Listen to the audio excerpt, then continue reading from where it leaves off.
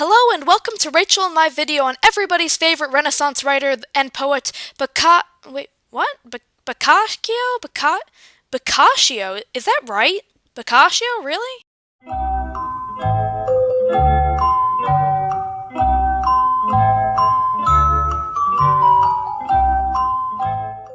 Boccaccio. Okay then. Anyway, Boccaccio was born in 1313 in Paris, France, as the illegitimate son of Boccaccio de Cheleno. And yes, Mr. Grove, I do realize that I didn't have to put that in.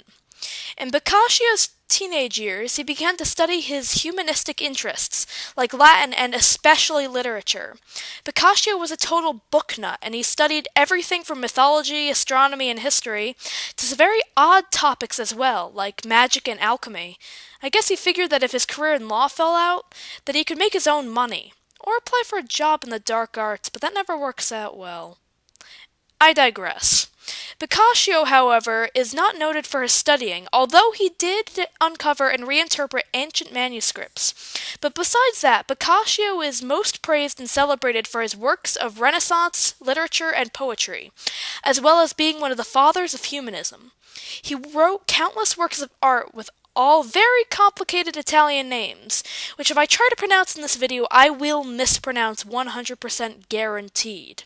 Because I want no offended Italians on my hands, I will list some of the translations of the titles.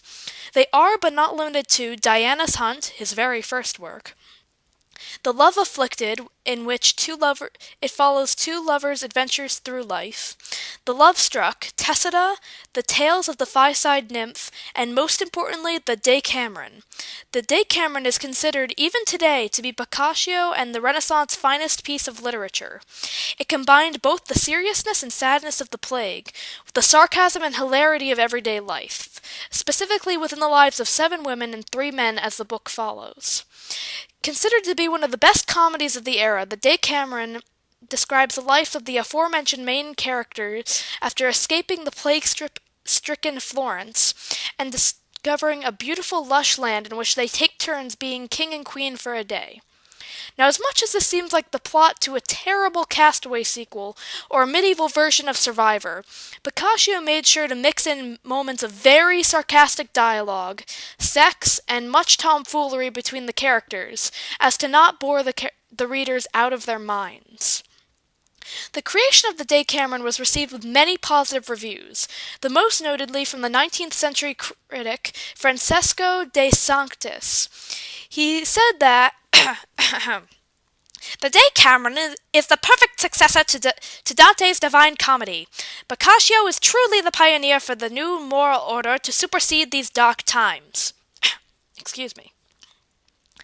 By writing the Decameron, Boccaccio not only inspired writers across Europe, but taught people how they should be living. It's very tricky, Boccaccio, slipping information to the masses by comedy. Kinda sounds like our modern-day education system. Anyway, the Decameron expressed to people Boccaccio's morals and ideas on how people should live life with balance and overcome vast amounts of fortune that they might have. He especially showed that life was not dictated by a higher power and divine intervention, but by one's own actions and consequences.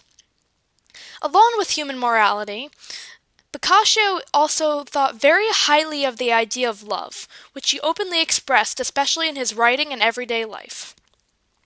Some of his most famous quotes on love were,